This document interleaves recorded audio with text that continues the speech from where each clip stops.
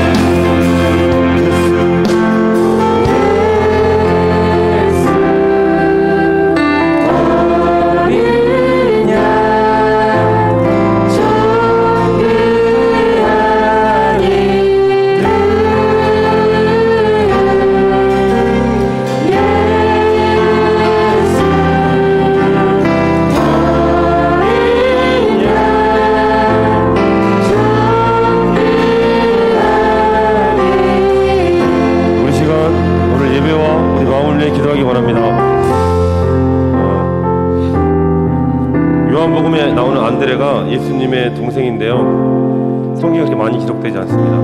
그는 5천 명을 전도했다거나 복음을 전하는 사람이 아니라 그가 한 일 중에 가장 잘한 일은 예수 그리스도를 만나고 처음으로 뭘 했냐면 형제 베드로한테 가서 와서 보라는 거예요. 내가 우리가 기다리던 메시아를 만났으니 네가 와서 보라는 거예요. 그래서 이 5천 명을 전도하진 않았고 다른 건 하지 않았지만 5천 명을 전도하고 회개시키는 베드로는 안드레가 처음 자발적 의지로 첫 전도자가 안드레인 거예요. 누가 우리가 안드레를 누가 귀하게 여깁니까?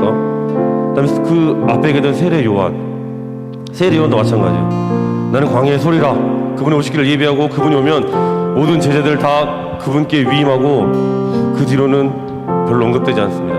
이 땅의 삶이 어떻습니까? 나를 나타내고 나를 드러내고 싶고 내가 인정받아야 되며 내가 존귀받아야만 하는 그런 세상의 구조 속에 살고 있지 않습니까? 하나님은 예배 가운데 무엇보다 예수 그리스도의 이름, 무엇보다 예수 그리스도의 갈망하는 마음이 하나님 내 마음 가운데 나타나지게 하시고 내 인생의 가장 귀한 이름, 구원의 이름 예수 그리스도가 내 삶을 통하여 드러나고 나타나는 은혜를 내 삶 가운데 부어주시고 예배 가운데 부어주옵소서. 다 함께 우리 이렇게 주 앞에 기도해 나가겠습니다. 기도하겠습니다. 오 하나님 감사합니다.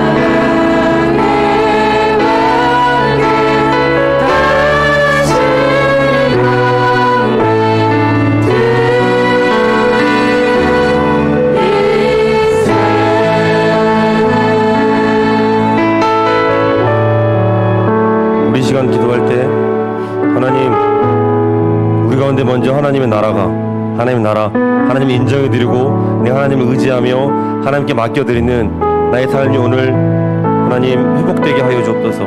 내가 그래서 하나님이 예배를 드리고 말씀의 은혜를 받고 나갔을 때, 여전히 내 자리에 갔을 때 삶의 자리에서 똑같이 멈추는 게 아니라 내가 하나님 그 복음을 들고 일어나 하나님의 일을 감당하는 하나님의 부르심을 받은 자로서 살아갈 수 있도록 하나님 이 시간 가운데 깨닫는 은혜를 내 마음 가운데 가득히 부어주옵소서.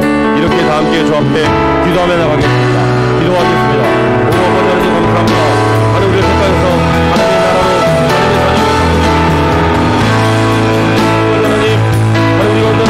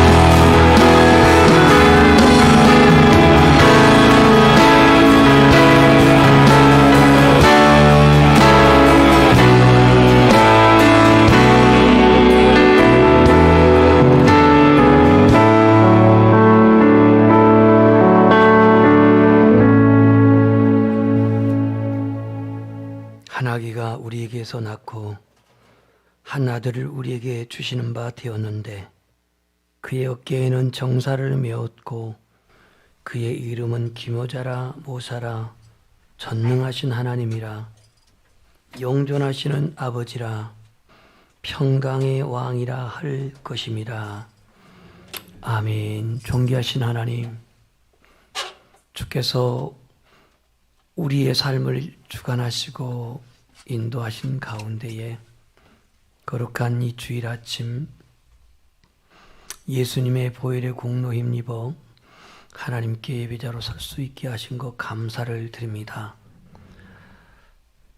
부족하고 연약하고 나약한 죄 가운데서 늘 신음하고 좌절하고 심판받을 수밖에 없는 우리들을 위해 2000년 전 육신의 몸을 입고 이 땅에 오신 예수 그리스도, 그 탄생을 이제 우리가 앞두고, 탄생일을 앞두고 오늘 또 우리의 심령이 말씀이 육신이 되어 이 땅 가운데 오신 그 주님을 이 예배 가운데 만나며 그와 연합하며 그분과 영적 친밀한 교통이 있는 예배가 되어지게 하옵소서. 예수님 이름으로 기도드립니다. 아멘. 1장 찬송을 하겠습니다.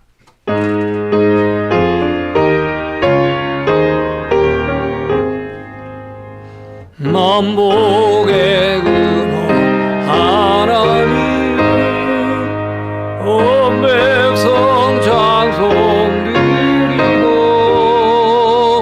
저 천사여 찬송하세. 찬송 성부 성자 성령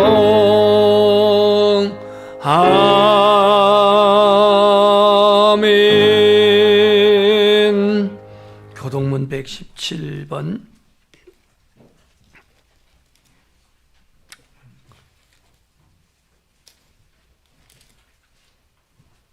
구주 강림 세 번째입니다. 광야의 메마른 땅이 기뻐하며 사막이 백합화 같이 피어 즐거워하며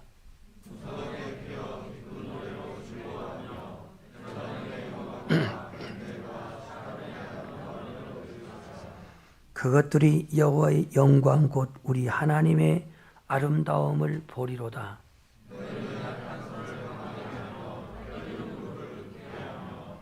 겁내는 자들에게 이르기를 굳세어라, 두려워하지 말라. 보라, 너희 하나님이 오사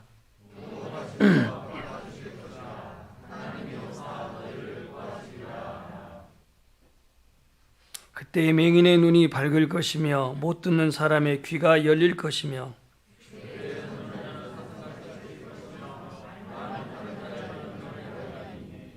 이는 광야에서 물이 솟겠고 사막에서 시내가 흐를 것임이라.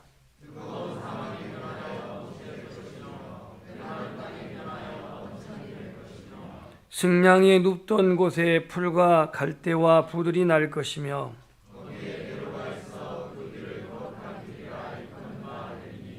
깨끗하지 못한 자는 지나가지 못하겠고 오직 구속함을 입은 자들을 위하여 있게 될 것이라. 아멘.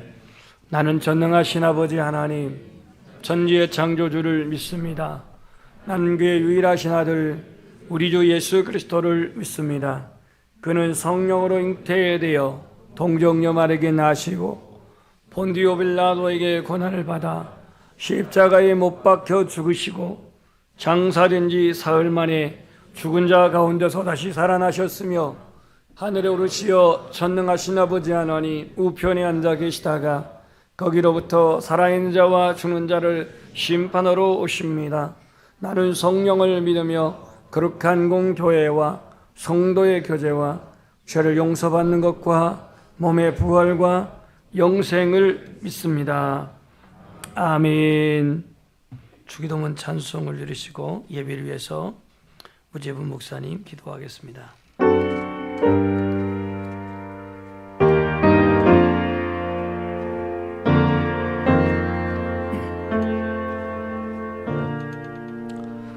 하늘에 계신 아버지 이름 거룩하사 주님 나라 임하시고 뜻이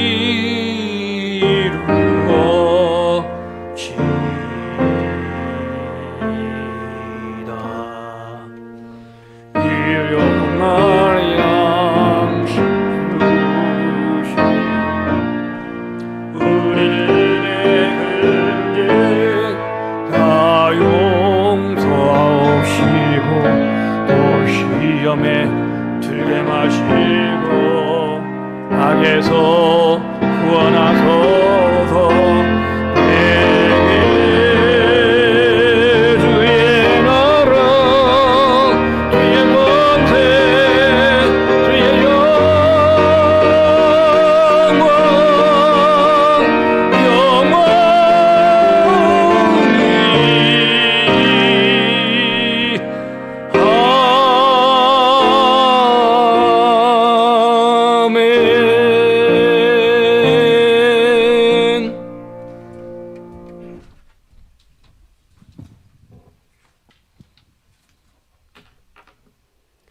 밤에 잠을 자게 하시고 아침에 일어날 수 있는 은혜를 주셔서 감사합니다.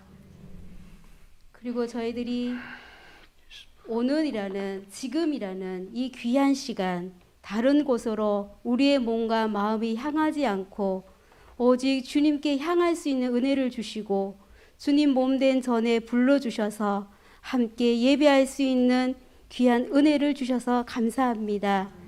이 시간 온전히 예수님만 의지하고 나아갈 수 있는 반석 같은 믿음 위에 우리를 견고하게 세워주시기를 간절히 사모합니다. 하나님, 참으로 힘들고 어려운 우리가 이런 시절을 살아가고 있는데요. 오직 우리의 구원자 되시며 우리의 위로자 되시는 하나님만 굳게 붙잡고 하나님만 의지하며 하나님께 더 가까이 나아갈 수 있는 연양의 모든 믿음의 공동체들이 될 수 있도록 인도하여 주시기를 원합니다. 하나님, 이럴 때일수록 연양의 우리 신앙의 공동체들이 그리스도의 사랑의 띠로 하나 될 수 있도록 인도하여 주시고 저희들이 깨어서 서로 중보하며 기도할 수 있는 그런 은혜를 허락하여 주시기를 원합니다. 오직 하나님께 소망을 두고 하나님께서 이 때를 속히 지나가게 해 주실 것을 믿고 인내하며 우리는 기다리며 나아갈 수 있도록 인도하여 주시기를 원합니다. 하나님 우리를 긍휼히 여겨 주시옵소서. 우리를 불쌍히 여겨 주시옵소서. 우리의 믿음이 회복될 수 있도록 인도하시고 부흥의 은혜를 허락하여 주시기를 간절히 소망합니다. 하나님, 연양의 모든 지체들 어느 곳에서 무엇을 하고 있든지 예수의 보혈로 덮어 주심으로 인하여 영육혼이 강건케 하여 주시고 생명싸개로 덮어 주심으로 인하여서 이 코로나는 어려운 환경 가운데 지키시고 보호하여 주시옵소서. 일상생활의 삶을 통하여서 하나님께 영광 돌릴 수 있도록 인도하여 주시고 우리의 삶을 통하여서 예수 그리스도를 증거할 수 있는 모든 믿음의 지체들이 될 수 있도록 항상 주님께서 동행하여 주시기를 간절히 소망합니다. 이 시간 목사님 영육혼을 강건케 하시고 성령으로 강하게 기름 부어 주시옵소서. 성령의 두루마리를 입혀주시며 하나님의 능력의 장중으로 붙잡아 주셔서 하늘의 문을 여셔서 우리에게 말씀을 통하여서 일용할 양식을 선포하실 때 우리는 그 말씀이 우리의 생명의 양식이 되게 하시고 말씀을 붙잡고 능히 그 말씀으로 승리할 수 있는 우리 모두가 될 수 있도록 도와주시옵소서. 이 시간 우리의 마음의 문을 엽니다. 성령님 오시옵소서. 우리의 마음의 문을 열어오니 말씀을 통하여서 우리의 마음을 기경하여 주시옵소서. 그래서 우리의 마음이 돌짝바 같은 밭, 길가와 같은 밭, 가시 같은 밭이 말씀을 통하여서 옥토로 기름지게 하여 주시길 원합니다. 그러므로 오직 하나님께 영광 돌리며 신실한 주님의 믿음의 사람들로 또 우리에게 맡겨주신 일들을 충성으로 잘 감당할 수 있는 연양의 모든 지체들이 되게 도와주시옵소서. 이 자리에 함께하지 못한 연양의 지체들에게도 늘 성령님께서 동행하여 주시고 우리와 같은 동일한 은혜로 믿음으로 굳게 붙잡아 주시기를 간절히 소망하며 예수님의 이름으로 기도드립니다.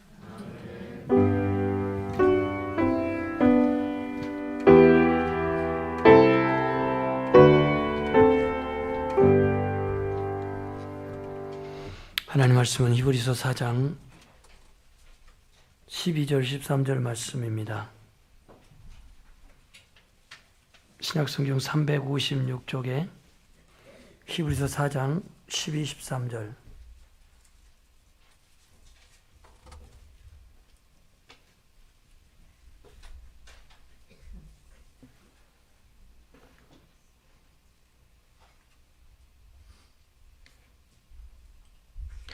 이 말씀을 봉독해 드릴 때에 주님의 세미한 음성을 들으시기를 소망합니다.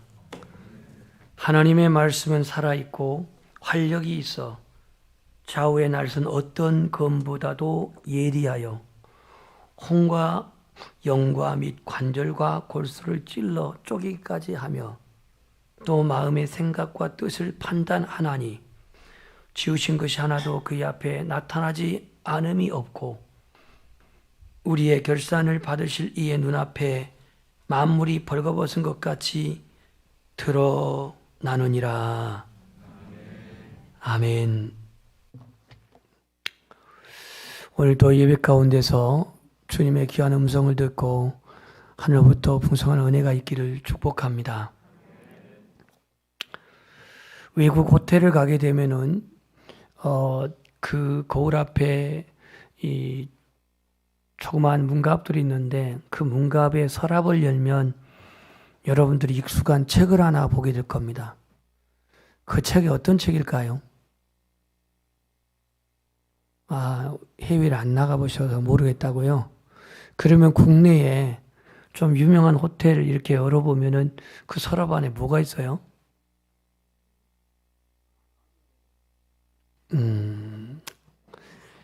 한 번씩 좀 가보십시오. 거기에 성경이 있습니다. 성경. 바이블 성경이 있는데요. 해외에는 영어 성경이 있고 우리나라는 영어 성경도 있는 데도 있지만 한글 성경이 있습니다. 왜 호텔에 성경이 있냐면요. 그 유래를 봤더니 어느 투숙객이 인생 자포자기에 인생 절망에 이제 목숨을 끊으려고 그 30층 높이에 투숙을 했는데 생을 마감하여 이제 투신을 하려고 하다가 그 거울 앞에 놓여 있는 조만 책을 봤는데 그 책이 바로 성경이었습니다. 그 성경책을 보고 그는 새로운 용기를 얻어서 자살을 포기하고 새로운 인생을 살게 됐다고 합니다.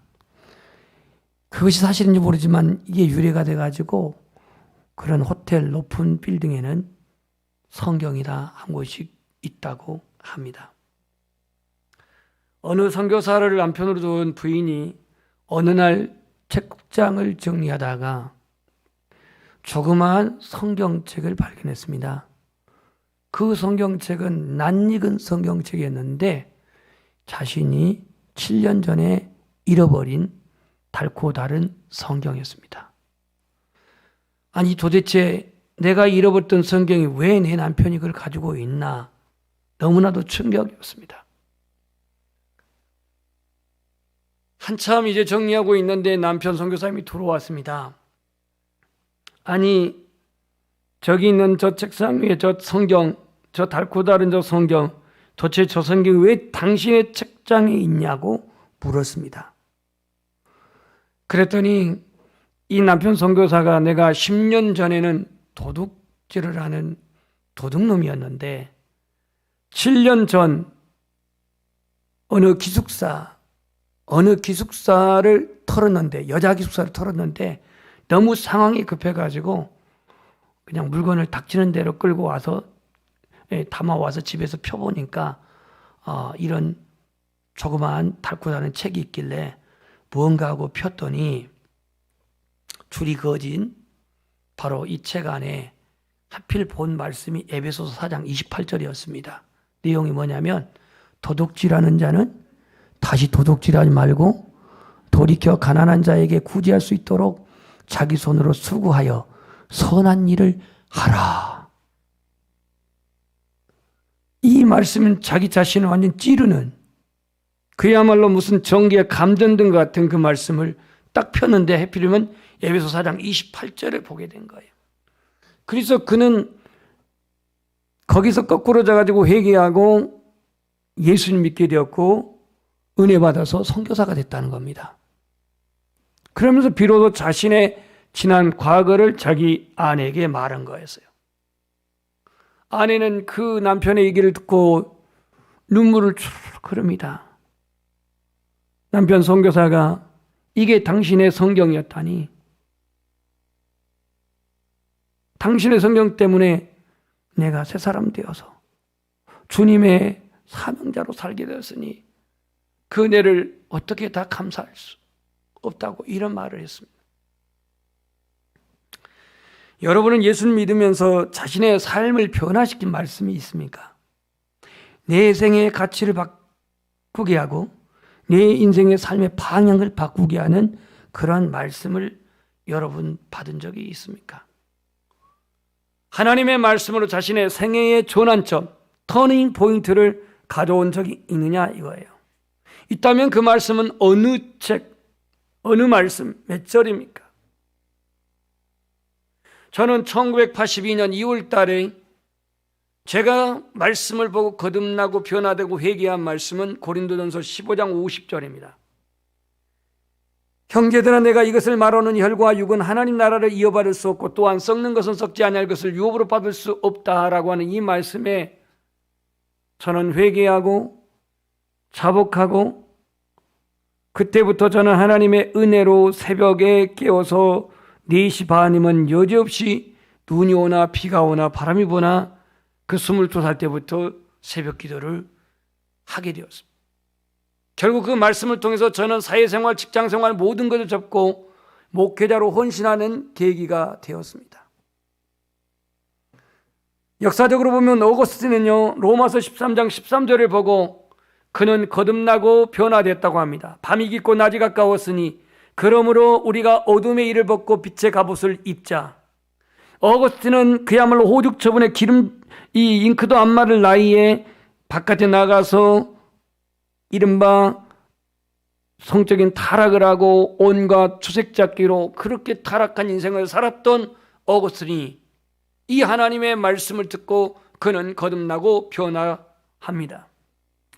요한 웨슬레는 원래 목사님의 아들이지만 그가 로마서 1장 17절 말씀, 올더스게이트라고 하는 그 영국의 한 거리의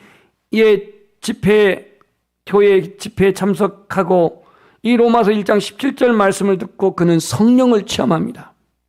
이 성령을 체험하고 그는 불을 받게 되어져서 지구를 12바퀴 반 정도 돌 정도로 선교를 다녔던 목사님이 됐습니다. 복음 전하는 목사님이 됐습니다. 여러분 잘 알고 있는 305장 나 같은 주인 살리신 존 루턴이라고 하는 이분은요, 노예 상인이었습니다. 그리고 노예 선장이 되었습니다. 그도 신명기 15장 15절 너는 애굽 땅에서 종되었던 것과 네 하나님 여호와께서 너를 속량하였음을 기억하라. 사람 잡아다가 노예 팔아 돈 벌었던 이 노예 상인 존 루턴은 그 하나님의 말씀을 받고 그는 거듭나고 더 이상 노예 상하지 아니하고 그는 목사가 되었습니다. 40세 넘은 나이에 목사가 돼가지고 약 90세 가깝게 살았는데 그의 인생의 후반전은 오로지 복음 전한 사람으로 살았습니다. 여러분에게는 하나님 말씀이 어떤 말씀이 나의 생애를 변화시키고 나의 삶을 변화시키고 나의 인생의 방향을 변화시키는 말씀이 있습니까? 오늘 예수님은 말씀이 육신이 되어 우리 가운데 임하셨다고 말합니다. 이것은 요한복음에 나와 있죠. 말씀이 육신을 입어 구원의 진리를 나타내셨고 우리는 말씀을 믿어 믿음으로 구원에 이르게 되며 이 시간도 이 설교의 말씀을 통해서 하나님의 말씀을 받아들임으로 우리는 구원의 확신에 이르게 될 줄 믿습니다. 그래서 우리는 이 하나님의 말씀, 얼마나 이 하나님의 말씀이 우리에게 중요한 것인가를 오늘 전할 것인데 주제가 살아있는 말씀입니다. 우리 한번 따라서 살아있는 말씀. 이걸 헬라어로 말한다면 살아있다라고 하는 헬라어가 존입니다. 존. 영어 존이 아니고 존. 여기서 이제 생명이라고 하는 조에가 나왔는데요. 조에. 이 존 로거스. 이게 살아있는 말씀입니다. 영어로 말한다면 living word라고 해야 될까요? 살아있는 말씀. 구약 성경은 양가죽에다가 기록했습니다. 신약 성경은 처음에는 파피루스라고 하는 이집트 나일강에서 난 갈대, 그 갈대를 쪄가지고 이렇게 분쇄해서 하나하나 붙여가지고 만든 파피루스의 신약 성경을 썼습니다. 여러분, 지금까지 성경은 세상에 가장 많이 보급된 책입니다. 가장 많은 언어로 또 번역된 책입니다. 약 2,500개의 언어로 번역된 책입니다. 세계에서 성경 다음으로 가장 많이 팔린 책이 있다고 한다면 중국의 마오쩌둥, 모떼똥, 우리나라의 일사후퇴를 야기시켰던 모떼똥, 모떼서. 이 모떼똥이 어록을 만들었는데요. 이 어록이 몇 권이 출간됐냐면 8억 권이 출간됐대요. 그러고 보니까 이 사회주의 공산주의에서 인구 쪽수만큼 그냥 인쇄해가지고 다 그냥 보급한 것 같아요. 강제로 그랬는지. 그 어록을 보면 기가 막힙니다. 모든 권력은 총구에서 나온다. 인구는 국력이다. 그러니까 14억이 넘은지 모르겠어요. 전체 인민의 절반이 죽으면 나머지 절반은 배고픔에서 해방된다. 이게 모태똥의 어록입니다. 그런데 이게 8억 권이 팔렸대요. 여러분 해리포터 아시죠? 해리포터는 판타지 소설인데 약 4억 권 정도가 팔렸다고 합니다. 60개 언어로 번역돼 가지고 수입이 1조 정도 수입을 얻었다고 그래요. 그 다음에 반지의 제왕은 1억 5천만 권 판매했다고 합니다. 인간이 집필한 베스트셀러는 길어봐야 10년입니다. 길어봐야 10년이요. 그런데 오늘 시대를 초월하고 문화를 초월하고 국적을 초월해서 매년마다 4천만 정도 이상, 4천만 권의 이상이 출간이 이게 인쇄되어지고요. 그리고 지금까지 전 세계적으로 성경이 이렇게 판매되고 인쇄된 권수는 약 40억 권 이상이 이렇게 판매됐다고 합니다.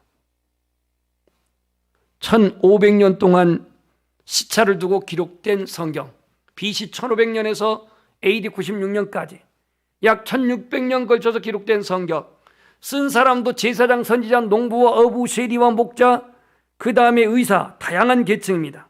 장소는 예루살렘, 베들레헴, 소아시아, 로마, 감옥, 여러 가지 다양한 장소에서 기록되었습니다. 지금까지 각 나라의 2500여 개의 언어로 번역된 성경, 시대와 상황을 관통하고 신구약 성경의 하나의 주제를 말합니다. 그 주제가 뭡니까? 예수 그리스도입니다.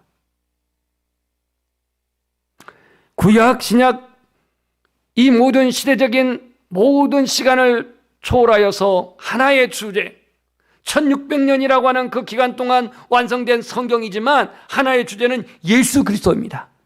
이게 요한복음 5장 39절에 나와 있습니다. 너희가 성경에서 영생을 생각하고 성경을 연구하거니와 이 성경이 곧 내게 대하여 증언한 것이라. 예수님에 대해서. 구약은 오실 구원자, 메시아이신 예수 그리스도. 신약은 예언대로, 언약대로 이 땅에 오신 예수 그리스도. 그래서 이 예수 그리스도가 하나님의 아들로서 오신 그리스도, 그 그리스도가 십자가에 죽으시고 그 그리스도가 3일 만에 부활하시고 그 그리스도가 마지막 날에 심판의 주님으로 다시 오신다고 하는 것이 성경이 말씀하시는 구원의 진리입니다. 아멘. 그래서 오늘 이 성경 말씀을 히브리서 기자는 이렇게 말합니다. 하나님의 말씀은 살아있고 활력이 있어. 이전에 개역 성경에는 운동력이 있어 그렇게 나와 있어요. 좌우의 날선 어떤 검보다도 예리하여 혼과 영과 및 관절과 골수를 찔러 쪼개기까지 하며 또 마음의 생각과 뜻을 판단하나니 그랬습니다. 여러분, 성경의 원저자는 누굴까요? 저는 아닙니다. 성경의 원저자가 누구야? 예, 하나님, 성령님이시죠. 그래서 모든 성경은 하나님의 감동으로 기록한 것이라고 디모데후서 3장 16절에 말했습니다. 그리고 성경은 예수 안에 있는 믿음으로 말미암아 구원에 이르게 하는 지혜가 있다고 말합니다. 자, 그렇다면 오늘 하나님의 말씀은 살아있는 말씀이라고 그래 있는데 어떻게 살아있느냐 이거예요. 하나님의 말씀은 살아있다. 이 말은 다른 말로 말하면 생명력이 있다 이 말이에요. 생명력이 있다. 말씀은 생명력이 있다. 그 근거를 찾아봅시다. 오늘 하나님의 말씀은 살아있고 이것을 현재 분사로 쓰고 있습니다. 지금도 살아있다. 앞으로도 살아있다. 이게 하나님의 말씀이라는 거예요. 단순히 문자가 아닙니다. 기록된 문서가 아닙니다. 하나님의 말씀은 곧 예수 그리스도의 영이고 하나님의 말씀은 하나님의 인격입니다. 그렇기 때문에 이 말씀은 기록된 단순한 문자가 아니라 살아있는 말씀이라고 말합니다. 살아있는 말씀. 하나님의 말씀은 영이라고도 예수님 말했는데요. 내 말이 영이요 생명이라고 요한복음 6장 63절에 그렇게 기록하고 있습니다. 내 말이 영이요 생명이라. 오늘 우리 육신은요 환경에 쉽게 매이고요, 또 우리 육신은 항상 상처받기 쉽고 관계에도 묶이게 됩니다. 물질, 죽음, 질병에 묶이고 매이게 됩니다. 그런데 하나님의 말씀은 영이기 때문에 묶이지 않습니다. 매이지 않습니다. 미국에서도 아프리카에서도 동남아에서도 하나님의 말씀 영이기 때문에 결단코 환경에 묶이거나 매이지 않습니다. 그렇기 때문에 우리가 하나님의 말씀으로 무장되어야 되고, 그렇기 때문에 우리가 하나님의 말씀으로 은혜를 받아야 되고, 그렇기 때문에 우리는 하나님의 말씀으로 지배되어져야 합니다. 왜냐하면 하나님의 말씀이 나를 지배하고 하나님의 말씀이 나를 다스리고 하나님의 말씀이 나를 통제할 때에 우리는 환경을 이겨낼 수 있습니다. 극복할 수 있습니다. 4,000년 전 아브라함에게 주신 말씀이나 2,000년 전 예수님의 제자들에게 주신 말씀이나 그 4,000년 전의 시차가 있지만 2,000년의 시차가 있지만 오늘 나에게 지금 주신 하나님의 말씀은 생명의 말씀, 살아있는 말씀, 나를 거듭나게 하고 나를 의롭게 하고 세상을 이기게 하고 마귀를 대적하게 하고 하나님의 뜻을 분별하게 하고 지혜롭게 하는 하나님의 말씀입니다. 그래서 하나님의 말씀은 생명이라고 말하는데요, 요한복음 6장 63절 살리는 것은 영이니 육은 무익하니라. 내가 너에게 이른 말은 영이요 생명이니라 그랬습니다. 우리는 에스겔 37장 3절에 보면은 하나님이 에스겔을 데리고 그 영을 이끌어서 그발 강가로 갑니다. 그발 강가로 가는데 뭘 보여주냐면 오랜 세월 동안 백골이 된 해골들을 보여줍니다. 그 많은 수많은 백골들을 보면서 오늘 보여주면서 하나님이 에스겔에게 말합니다. 인자야, 에스겔을 인자라고 부릅니다. 인자야, 이 뼈들이 살아나겠냐? 하고 묻습니다. 그랬더니 에스겔이 뭐라고 말하냐면 저 뼈들이 살아난 것은 여호와께서 주 여호와여 주께서 아시나이다 이렇게 답변할 때에 너는 이 모든 뼈들에게 대언하여 이르기를 너희 많은 뼈들아 여호와의 말씀을 들을지어다 라고 이렇게 선포하라고 합니다. 말씀을 대언하면서 너희 많은 뼈들아 여호와의 말씀을 들을지어다, 이 말을 선포했더니 뼈들이 조금씩 움직이기 시작합니다. 움직이기 시작하고 이번에 두 번째로 그 뼈들에게 생기에 대해서 태어나라고 말합니다. 생기. 말씀을 태어나고 생기를 태어났을 때에 그 마른 뼈들이 일어나 큰 군대를 이루었다고 말합니다. 이스라엘의 회복, 이스라엘의 부흥을 보여주는 환상이었습니다. 곧 하나님의 말씀이 우리 안에 회복되고 하나님의 말씀이 우리 안에 역사하고 하나님의 말씀이 나를 다스리고 우리가 하나님의 말씀에 온전히 지배될 때에 우리의 영은 날마다 새로워질 것이고 충만하게 회복될 줄 믿습니다.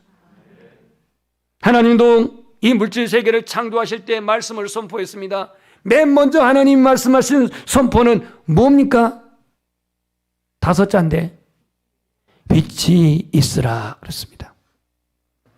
여러분 바깥에 나가서 빛이 있으라 1000번을 불러보세요. 빛이 생기나? 우리는 하나님이 아니니까 안 생겨요. 근데 하나님은 빛이 있으라고 말씀을 했는데 빛이 생겼어요. 광명이 왔어요.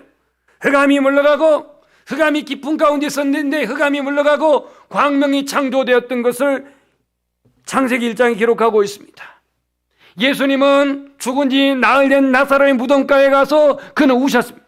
그리고 그 무덤을 향하여 예수님은 선포합니다. 나사로야 나오라. 나사로야 나오라 할 때에 나사로 죽은 그 생명, 나사로의 육신 안에 다시 그 영혼이 들어와서 나사로가 수족의 동해 맨 채로 나온 것을 기록하고 있습니다. 그런가 하면은 12년 동안 혈우증을 앓았던 여인, 이 12년 동안 혈우증을 앓았던 여인은 예수님의 옷자락만 만지면 나으리라고 그렇게 그는 믿음으로 옷자락을 만졌는데 예수님이 여인에게 뭐라 하냐면 내 믿음대로 될지어다 그랬어요. 주님이 말씀을 선포하니까 혈우의 근원이 말라버리고 그는 깨끗하게 나음을 받았습니다. 어떤 훌륭한 책도 베스트셀러도 우리에게 감동을 주지만 우리의 영혼을 살릴 수는 없습니다. 우리의 영혼을 거듭나게는 못합니다. 그러나 하나님의 말씀은 구원에 이르게 하는 지혜가 되고 믿는 자에게 거듭나게 하시고 이 하나님의 말씀은 이 어두운 세상에서 빛으로 승리할 수 있도록 인도하십니다. 하나님의 말씀은 절망 가운데 있는 사람에게는 소망을 주고 좌절 가운데 있는 자에게는 다시 용기와 희망을 불어넣으십니다. 이 하나님의 말씀은 영혼을 거듭나게 하는 생명의 씨가 있다고 베드로는 말합니다. 베드로전서 1장 23절에서 25절에 보면 너희가 거듭난 것은 썩어질 씨로 된 것이 아니요 썩지 아니할 씨로 된 것이니 그러므로 모든 육체는 풀과 같고 그 모든 영광은 풀의 꽃과 같으니 풀은 마르고 꽃은 시드나 오직 주의 말씀은 세세토록 있도다. 아멘. 프랑스의 계몽주의 사상가인 볼테르라는 사람이 그런 말합니다. 앞으로 내 장담하건대 100년이 지나면은 이 지구상의 성경은 단 한 권도 남지 않게 되겠고 기독교는 영원히 사라질 것이다라고 말했습니다. 이 계몽주의 프랑스 볼테르라고 하는 계몽주의 사상가가 죽은 이후에 성경이 과연 사라졌나요? 아니요. 그 불신자의 그 무신론자의 집인 볼테르의 집이 프랑스 성서 공회가 세워지는 볼테르의 집이 없어지고 거기에 성서 공회가 세워져서 성경을 인쇄하는 곳이 된 겁니다. 중세 기독교의 암흑기라고 한다면요, 이 당시에 성경은 라틴어로 기록되어 있습니다. 이 라틴어가 굉장히 어렵습니다. 따라서 이 라틴어 성경을 인쇄했는데 그마저도 일반인들, 일반 성도들은 아무도 성경을 가질 수가 없었습니다. 오로지 가질 수 있는 사람들은 지금으로 말하면 목사님, 그 당시로 말하면 사제들. 중세에는 목사님 제도가 아니었습니다. 사제들이었어요. 사제들, 가톨릭이었으니까. 그래서 이 사람들만 성경을, 라틴어 성경을 가지고 있어가지고 주일이면 이 강단에 올라와가지고 나이 지긋하게 먹은 추기경이 성경을 읽고 설교 끝납니다. 강론이요. 읽고 끝나요. 그러니까 중세의 모든 성도들은 성경을 가지지 않았기 때문에 어떤 신앙의 뿌리가 약할 수밖에 없었습니다. 복음의 어떤 진수를 체험할 수가 없었습니다. 그래서 성도들의 신앙이 약한 그 연약한 틈에 교회 사제들, 신부들은 불법과 타락, 불의의 타락과 교권주의가 난무한 겁니다. 여기에 반기를 든 사람이 존 위클리프인데 이 사람은 성경을 영어로 번역합니다. 영어로 번역해가지고 일반인들도 보게 합니다. 그러니까 로마 교황청에서 이 위클리프 저놈을 죽여라. 이 위클리프는 로마 교황청에서 죽은 건 아닙니다. 그의 모든 성경은 모두 거기다 불태워버리고 그리고 그의 무덤은 파헤쳐가지고 부관 참시할 정도로 그러한 고난을 받았습니다. 하나님의 말씀은 중세에도, 아니 지금 이슬람권에 또는 북한에 지금도 박해를 받고 있지만 하나님 말씀은 결단코 사라지지 않습니다. 1866년 평양 대동강에서 순교한 토마스 선교사, 신미양요의 그 근간이 되고 있는 대동강, 평양 대동강에 미국 상선인 제너럴 셔먼호가 왔는데요, 여기에 번역자로 온 선교사가 토마스 선교사입니다. 로버트 토마스 선교사님은 그 당시에 26살로 기록되고 있는데요, 이 사람은 결혼한 사람입니다. 그가 한국말을 어줍지 않게 합니다. 그 당시에는 예수란 말을 예쇼 그랬습니다. 그래서 이 요한복음 번역판을 가지고 와가지고 그가 한마디 한국말은 예쇼 해주세요, 요거 하고 죽었습니다. 요한복음의 번역판을 대동강에 뿌리고 그는 당시 조선 퇴역군인인 박충권에 의해서 참수를 당했습니다. 아이러니하게도 이 박충권은 초기 교회의 바로 신자가 되었습니다.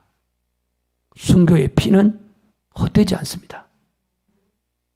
이 성경이 그 대동강 유역에 뿌려지면서 이 평양이라고 하는 것은 그야말로 동방의 예루살렘이라 할 만큼 장대현 교회를 비롯해서 산정은 교회를 비롯해서 그 어마어마한 그러한 교회들이 세워지고, 그리고 우리나라 남한보다도 월등히 많은 교회가 세워졌고, 뿐만 아니라 1968년 이전까지는 북한이 우리나라보다 월등히 잘 살았습니다.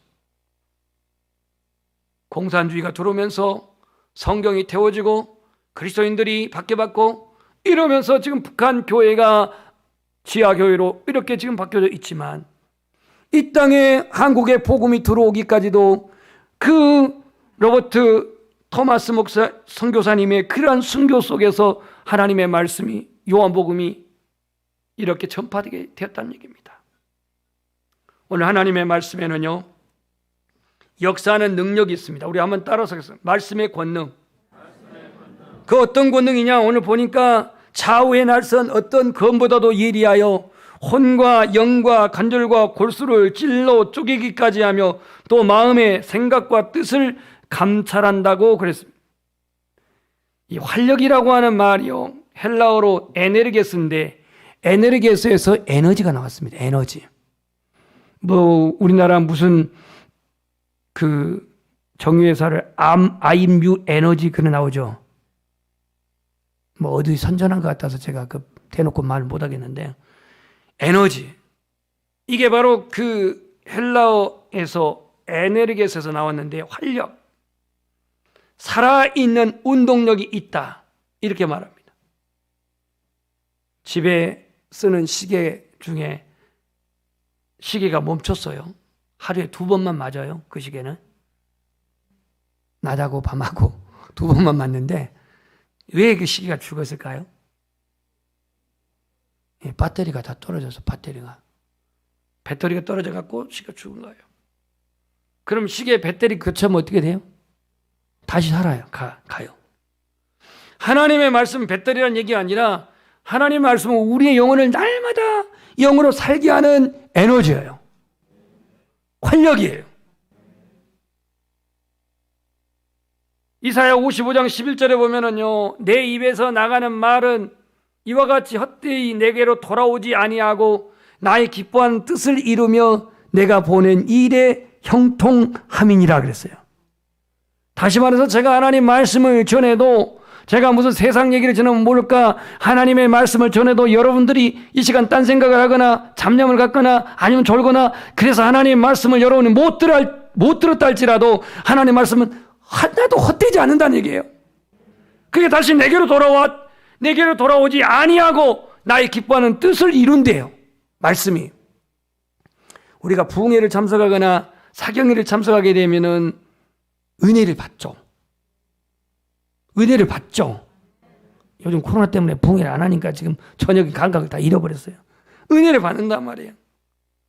2박 3일 내지는 3박 4일 특히 특별한 수련회 같은 데 가신 분들, 예를 들어 십자가 컨퍼런스라든가 이런 데 가게 되면요, 핵심 주제의 메시지를 계속 아침이고 새벽이고 또 오전이고 저녁이고 합니다.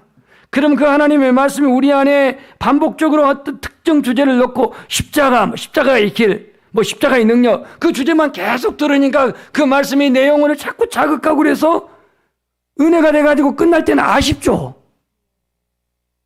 아쉽지 않아요? 그럼 내가 민망한데 더 받았으면 그잖아요. 왜냐하면 말씀이 생명력이 있기 때문에 그런 거예요. 생명력이 있기 때문에.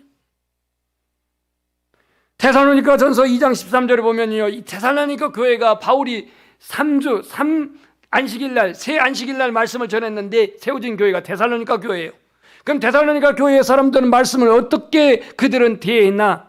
너희가 데살로니가 2장 13절 데살로니가 교회 성도들입니다. 우리에게 들은 바 하나님의 말씀을 받을 때에 사람의 말로 받지 아니하고 하나님의 말씀으로 받음이니 진실로 그러하도다. 이 말씀이 또한 너희 믿는 자 가운데서 역사하느니라.